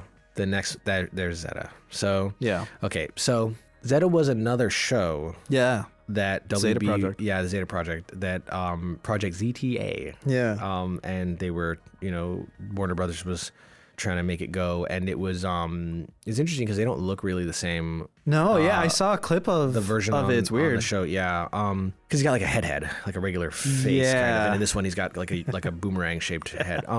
So it was about a sentient weapon robot that escaped and then was, while trying to find purpose for itself, is being hunted by the government or whatever to its makers. Yeah. And it's an interesting story. It is one of those that I feel like is unfortunate because you're stuck in the like, what's this episode about? Running. Like, what's this episode about? Running. And without a really, really good overarching theme to get you to a landing place, that ongoing pursuit doesn't feel interesting. It just feels samey. So like an example where it works, but beware, this is S-tier writing, is like Avatar, The Last Airbender, because they forget the fact that they're like going from one place to the other. A whole book could be running from Zuko. Like they could literally just every episode be like, he's right behind us this whole time. And every time we try to stop to do a thing, they're behind us. And towards the end of the show, that does happen for a while. But that's because there's a whole world written around this idea. Like all their stops are about learning a new thing and trying to get better at the one style so they can move forward with Aang's training because he's got to become the Avatar. Like there's an entire world written around this chase sequence from the South Pole to the North Pole to the Earth Kingdom, back to the Fire Nation. Like this is a journey while he's being chased. Zeta doesn't have that journey. Unfortunately, the chase is the story, and I feel like it falls flat. Plus, I just it's very high concept, one idea, right? Yeah. Escaped robot, go. You can do. Have you ever actually seen Short Circuit? No. So there's two movies, Short Circuit and Short Circuit 2 from the 80s. And it's basically this. It's a guy makes a robot and it's like really smart, but it's not like it's still a robot. Right. And then he gets struck by lightning. And it imbibes it with like real intelligence. It's alive. And his name is Johnny Five. and he's alive, and it's charming. He's adorable. He's got tread for feet, and here, I'll show you. You might really like this. Oh God, I love him. His design is so perfect. It is really the smartest robot design ever to make you love him. That guy. He's got the eyes. Yeah. He's got the front of his. It's like a looks skinny like Wally. Yeah. Well, Wally is definitely based on Johnny Five. And the first movie is basically that. Like, he gains sentience, and then he's like, I'm out of here, and then they're looking for him, but then he learns. Like, so he's trying to, he's the whole world is new. He's talking to people. He's making phone calls. He's like ordering pizza. Like, he's just trying to like learn stuff. And at one point he comes to realize that like, if they catch him, they're going to disassemble him. And he's like, I don't want that. Well, he's like, disassemble? And they're like, yeah, disassemble. Like take you apart. And he's like, and he gets a dictionary. And he's like, disassemble. Like, to unassemble, to break into basic components, death. And he goes, death? And so he doesn't want to be disassembled. So then it's about like, he's alive. Yeah. So they're two movies. They're both really fun, actually, and I highly recommend them. But my point is this is Zeta, but those movies together are probably 3 hours. Zeta was a show. They were trying to make an entire animated series. It works for the Batman episode, right? Because Batman meets this thing. They get to fight. The classic, if you see a comic book cover and it's like, here's Spawn and here's Batman, and they're like at each other's throats, that's going to be like the first 3 pages. And then they're going to be like, wait, there's a bad guy. Let's team up. Because they can't really fight forever. Like, it's that never really happens in those comics. Right.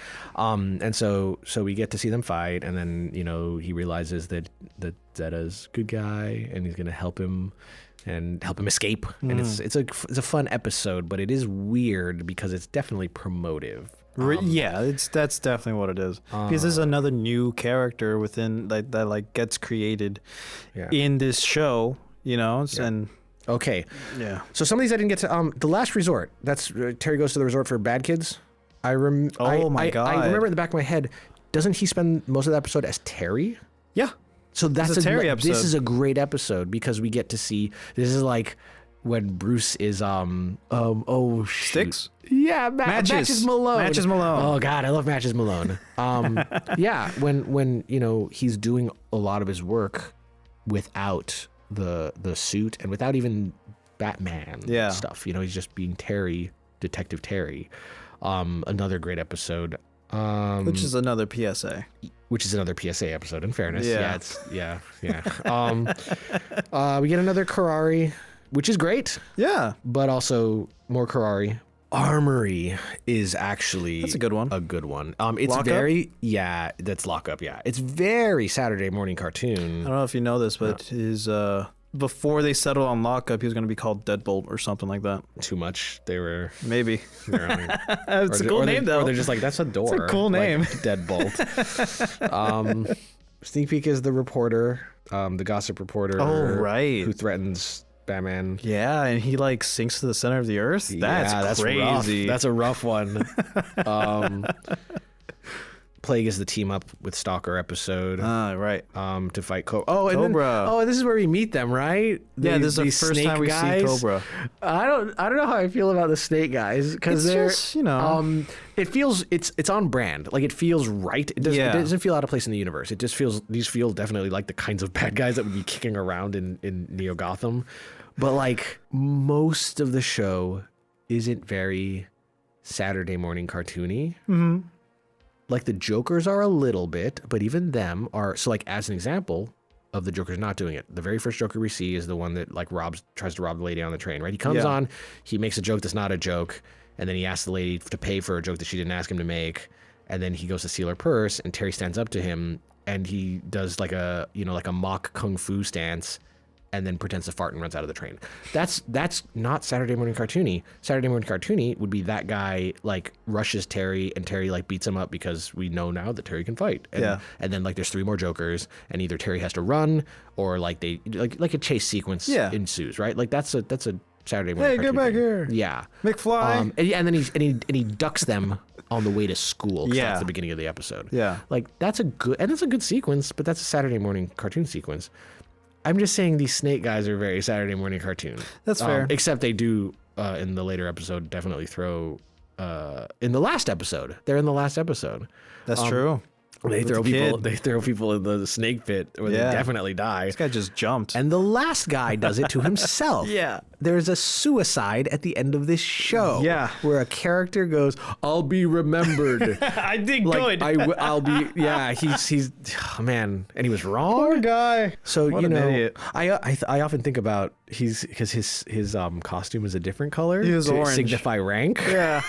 And I think about that, but not because he also is like the only one with clothes because they're all wearing like these snake suits. Yeah. And he's wearing a brown one or an orange one because like he's their leader. Yeah. For this chapter. But also he has like a toga or whatever it is. And I'm like, how come he gets clothes and they don't get like they're green, but also they don't get clothes. Yeah. But kind of like League of Assassins, but not really. Yeah, that's you know what I mean? So like by keeping the League of Assassins kind of a little bit lower key, like it helps to not do that. Oh god, the egg episode. I forgot about the egg episode. Oh, I'm so glad you brought it up. Go, because I didn't watch it this time around. My god. The only reason why I care about it, they wanted Emmy. They wanted Emmy for that. The main reason why I care about it is because, have you watched Ben 10 Alien Force? No. Oh my god. In Ben 10 Alien Force, there's these reoccurring air quotes villains, right? That are very comedic relief villains, right? They're called Rhomboid and Octagon and Rhomboid. The Vreedle brothers. The Vreedle brothers. And they look very much like hobo, you know, they're aliens, right? But like they're very hobo-y. Okay.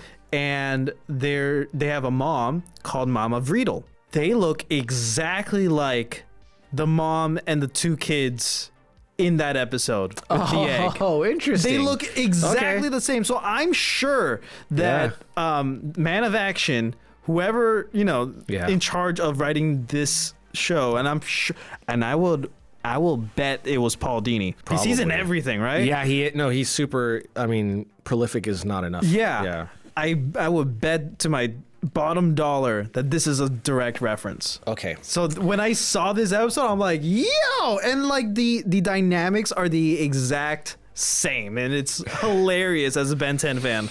Okay, so because we can't stay and do all of the episodes. I'm enjoying this, but we can't do all of them. So a couple of things worth mentioning. Yeah. One, it's so solid that there's a Static Shock episode. That's true. And we get older Static. Yeah. Which is nice. Like that's technically a Static Shock episode. I mean, Beyond crosses over into Static Shock. Yeah, you know what I mean. That's true. You got that's it. True. But yes, I know what you mean. Yeah, I know that episode. I think that getting we mentioned it earlier, but like the Justice League episode is really solid. Yeah, it's a good episode. It's a two-parter. It runs like a Justice League episode. It does, which is great. And then it's weird that it's not Tim Daly as Superman. It's weird. I agree. I thought for a second they were doing like a filter on his voice to make him old or having him change it, but if Bruce Wayne didn't change, as he got older, why would Superman? I don't know. And I have so many hours of Tim Daly Superman in my ear that it did throw me. I mean, that's why I assumed that they were like, Tim, can you do like an older Superman voice? And I was like, I don't know that I like it. Yeah, I agree. I want to talk about the last episode. Yeah. Not because it's a great episode. I thought it was a good episode. It's an okay episode. It's got Snake Eyes. It's got the kid. I like that at the end the kid does remember. It's about it's a flashback episode. The whole thing is him telling a story to Max. It's like year one. Yeah, it's like year one, which is a very Batman-y thing to do. Yeah. And he's talking about he had to take his mask off to get the kid to come to him before the building collapsed. So the fire burned the whole thing out. So these Snake Eyes figure out that he knows Batman's face, and they've got a machine that lets them see what you're thinking. Hugo Strange. So they're gonna try to. Yeah, this is right. It's the episode where Bruce goes to vacation. And Hugo, which is a great episode. It is. It's that Dick doing a Bruce impersonation on stilts. Basically. Yeah. In a costume. Yeah. Such a good episode. Yeah. So the thing is it's a good reveal. The end, like the kid's really thinking about his action figure, which they make lots of G.I. Joe. They point to it a bunch, but like they don't actually shove it in your face that it's gonna be the action figure because it looks kind of like Terry. I like all of that.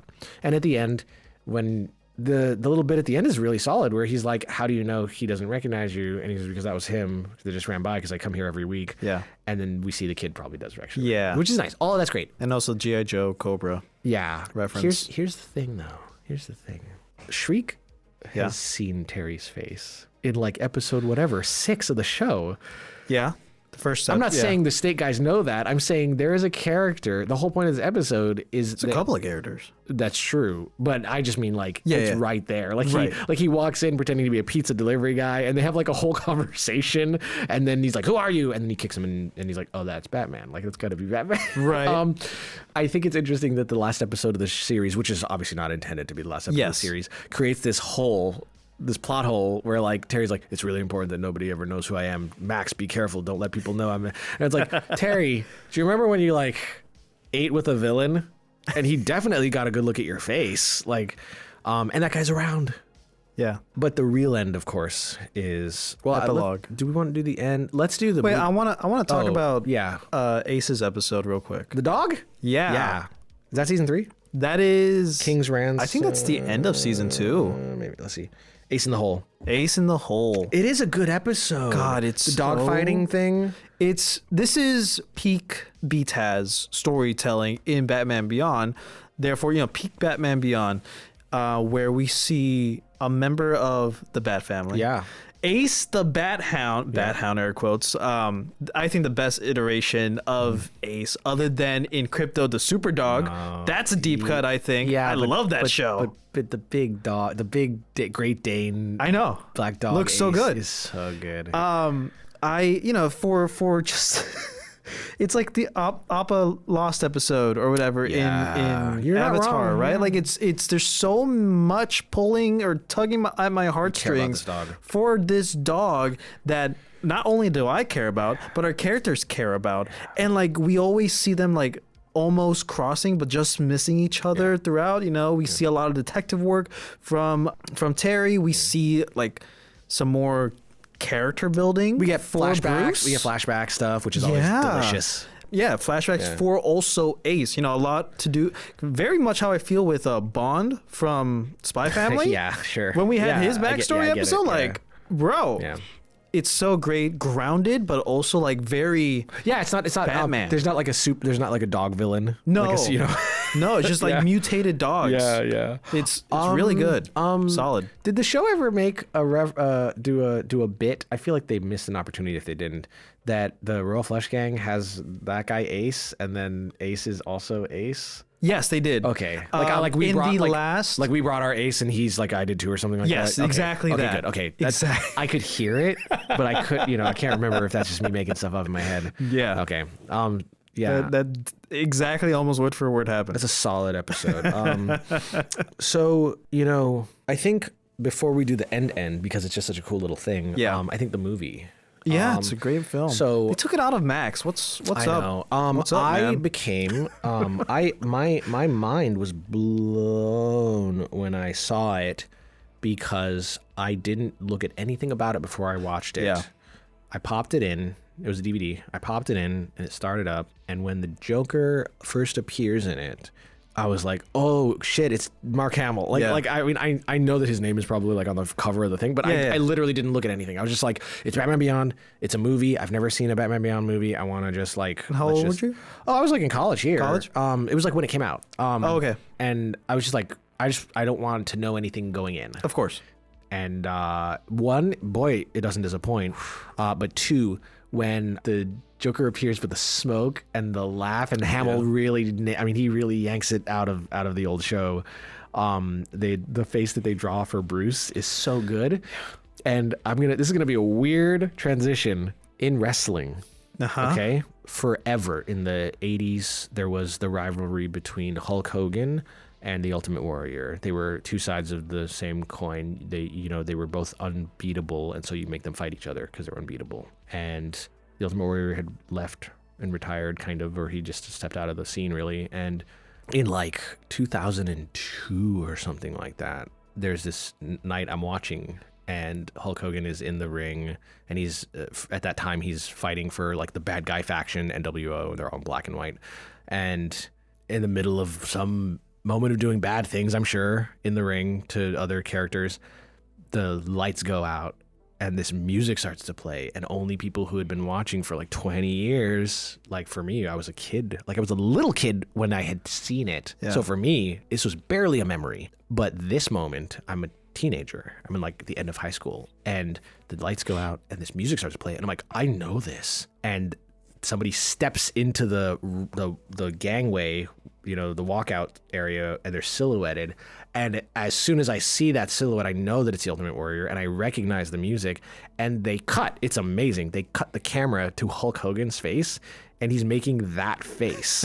It's the face of somebody who's like, that's a ghost from my past who's coming to murder me right now. This is a guy who shouldn't exist anymore. And I, for some reason, I mean, it's not for some reason, for obvious reasons, like when I see that part of the Joker movie, it's like the same thing. But it's, you know, it's a few lines on paper. Bruce is not a complicated drawing, like his face, but they really nail the, like, that's a dead man. That's a dead man, because you saw him get shot. Yeah. Thank you, Joyce. It's a pleasure to see you all again. In the future, I hope to...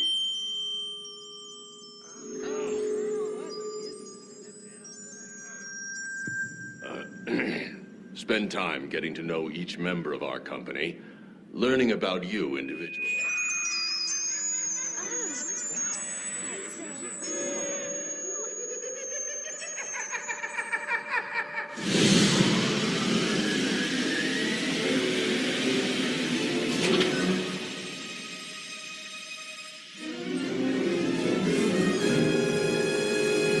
Hello, Gotham. Joker's back in town. Can't be. Oh no, your old eyes do not deceive you, Brucey. After all, who know me better than you? Which is another interesting part of that movie, is that officially, like in that canon, the way the Joker finally ends is, you know, and spoiler alert if you haven't watched like a 20-year-old movie, but like, you know, that their version of Tim Drake gets kidnapped at some point and tortured into becoming a tiny Joker. Yeah. And that's like the ultimate move for Joker, right? Is to turn a Robin into a Joker. And he's broken, he's messed up. But like during the big fight around him to try to recover him, he gains like a moment of clarity and he grabs a gun and shoots the Joker. And that's an amazing Batman moment because it's like all the things are wrong. Like a Robin is a Joker and he kills a villain who Batman has repeatedly refused to kill with a gun, but not in the way that like Jason Todd does in the like this guy's a murderer, you should kill him. It's logical. Like this is like a crazy person trying to grab onto sanity for a second long enough to murder the guy who hurt him. And then Bruce and them have to basically retire him. And then the Joker uses that body to resurrect himself. It's incredible. It's a solid arc. And the reveal when he turns into him is a amazing moment, I think, in that film. There's this podcast called Batman the Animated Series podcast. Yeah. I've had the co-creators and hosts on the show before, and shout outs to them. I heard one of their episodes and they had the voice of Tim Drake on the show as a guest. They talked about that movie, and they talked about how the voice actor, I forget his name, you know, had a really difficult time trying to, I don't remember if it was like the laughing portions of Baby Joker or the crying portions. Had a hard time as like trying to make his voice sound the way it should sound, right?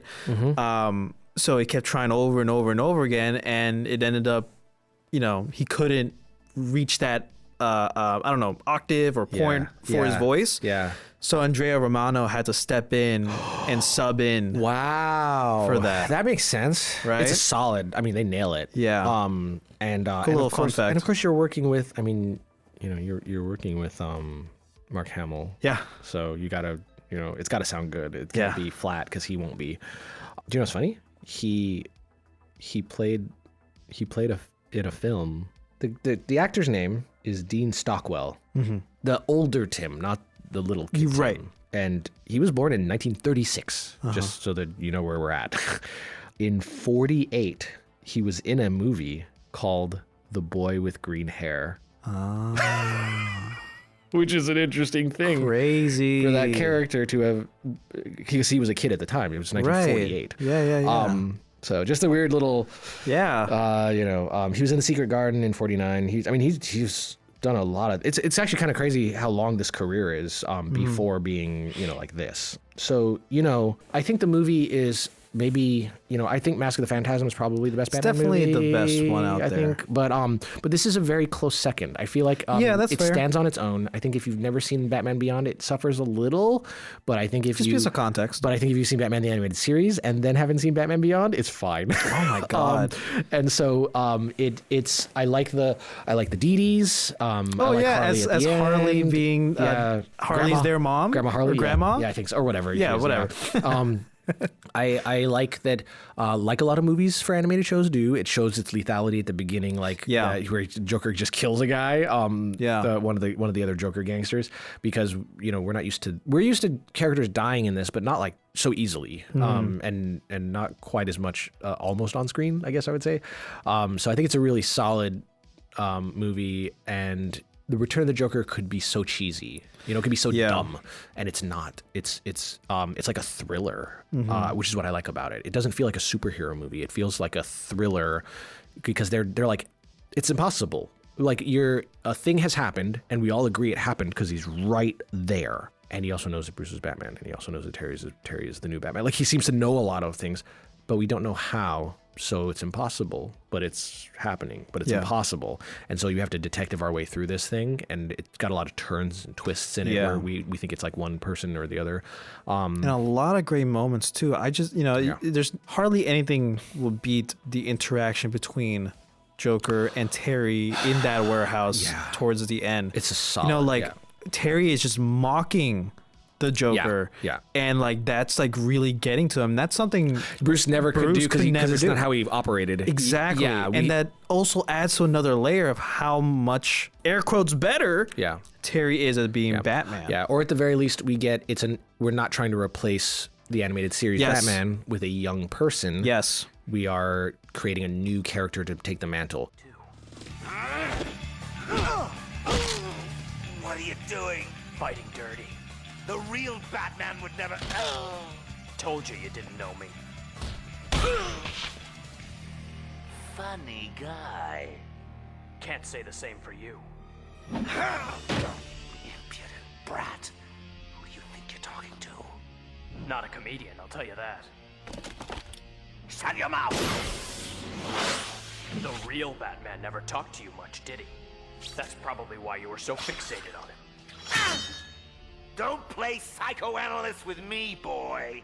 Oh, I don't need a degree to figure you out. The real reason you kept coming back was you never got a laugh out of the old man. I'm not hearing this. Get a clue, Clowny. He's got no sense of humor. He wouldn't know a good joke if it bit him in the cape. Not that you ever had a good joke. Shut up. Shut up! I mean, joy buzzers, squirting flowers, lame. Where's the A material? Make a face, drop your pants, something! Show yourself! You make me laugh. But only because I think you're kind of pathetic. Stop that! So you fell in a tank of acid, got your skin bleached, and decided to become a supervillain. What? You couldn't get work as a rodeo clown? Don't you dare laugh at me! Why? I thought the Joker always wanted to make Batman laugh. You're not Batman!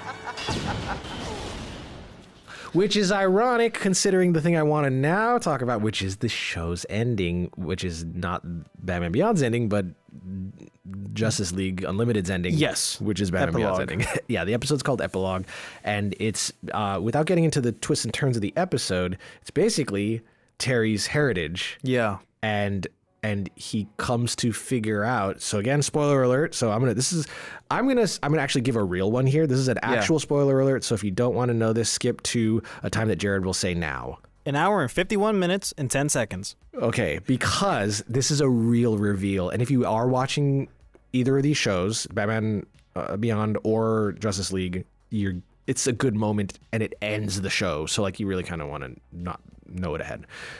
But Terry figures out that Bruce is his dad. Half dad. It's his half dad. He's his whole dad. He's a half. It's his genetic material. It's a clone. Kind of. Right? Isn't it? What's the mechanism? Okay. If I remember correctly, Amanda was saying that they altered the dad's reproductive system to have... Was it to have the same genetic code as Bruce Wayne? We're going to find out right here. Amanda Waller reveals to an older Terry McGinnis, I do like older Terry, by the way. Yes. That she created the Batman Beyond project to continue Bruce's work. Terry believed he was a clone. She states that Bruce is instead his biological father, the truth being revealed that Terry allows him to let go of his anger and fear.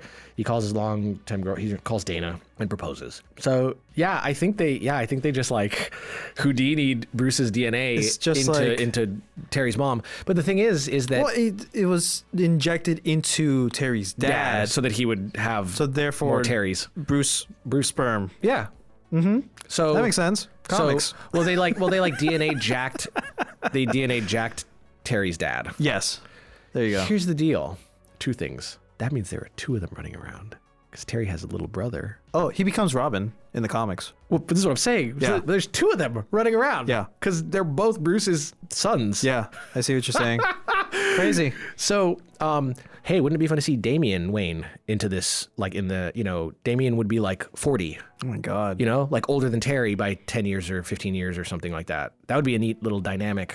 So, I like the idea, of course, because they actually it can't be any more literal than this. Yeah. Is that they're like this, like Terry is Batman. Yeah. And I think that there's something kind of pretty about Bruce Timm getting to close out the universe that we've been playing in for so long with the idea that a new character, a character that isn't a replicant of the other character, it's not just doing more of it. It's not just, one more extra Batman, but a totally new Batman is as much Batman as the other Batman is. Yeah. And I think that that's... If not more so. I think that's something that he was able to create a world with all these characters that are really rich, that were other people's characters.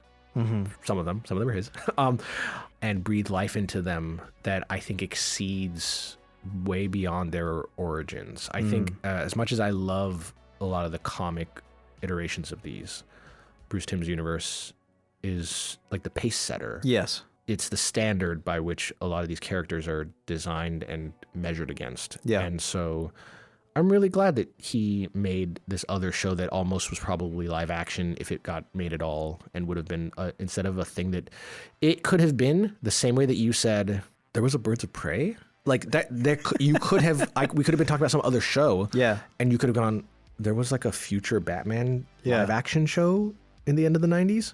Yeah, I only watched a couple episodes because it wasn't very good. Like it could have been that, but instead Bruce Timm used his magic, which is kind of how he made the first show too. By the way, I mean the animated series was kind of a fluke. They were kind of like, okay, Bruce, like give it a shot. But like he said before, like they were kind of putting all their eggs in the basket. They were like, I don't know if they're gonna like this, but I'm gonna make the show I want to make.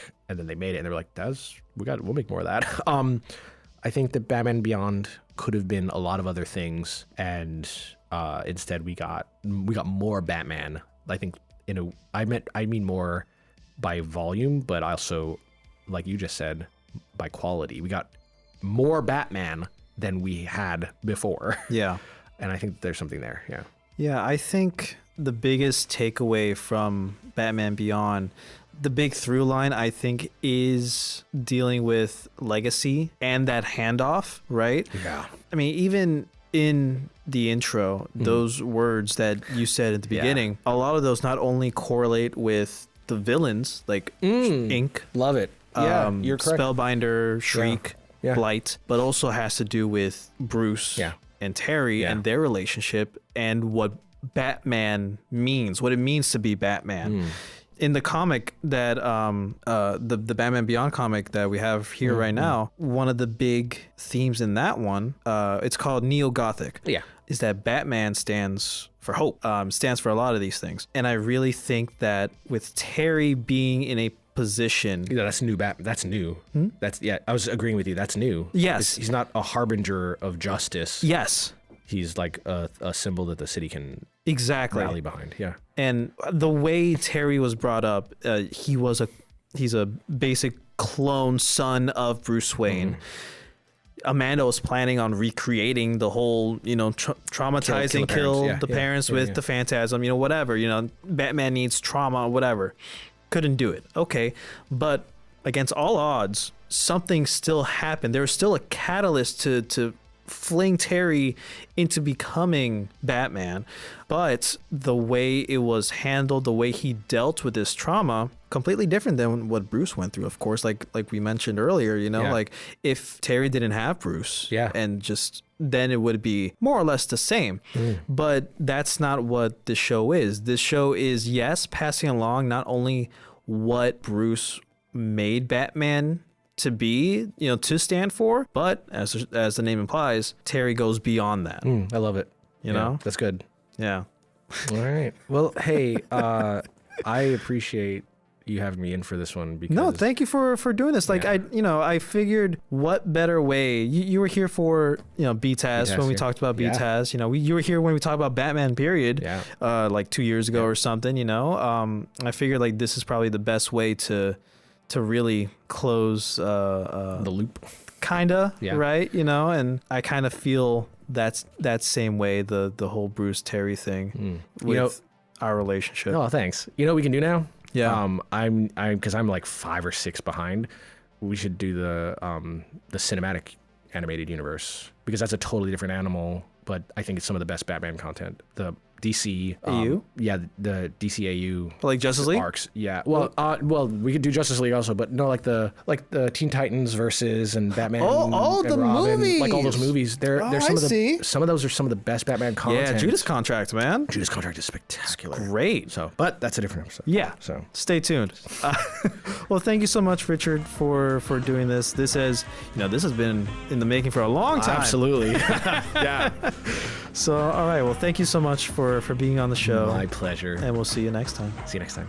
All right, that's all the time we have for today, guys. If you want to hear more from Richard, check out 3 Song Stories wherever you get your podcasts, and be sure to follow it on Instagram and Facebook at 3 Song Stories. Links to everything will be in the description down below. Please let us know what you think about this episode somewhere on the internet, and make sure to follow us on Instagram at Razzle Dazzle Show, on TikTok at Razzle_Dazzle_Show, and on X, formerly known as Twitter, at Raz_Daz_Pod. Be sure to leave us 5-star ratings and a nice little written review down below, and we'll catch you on the next one.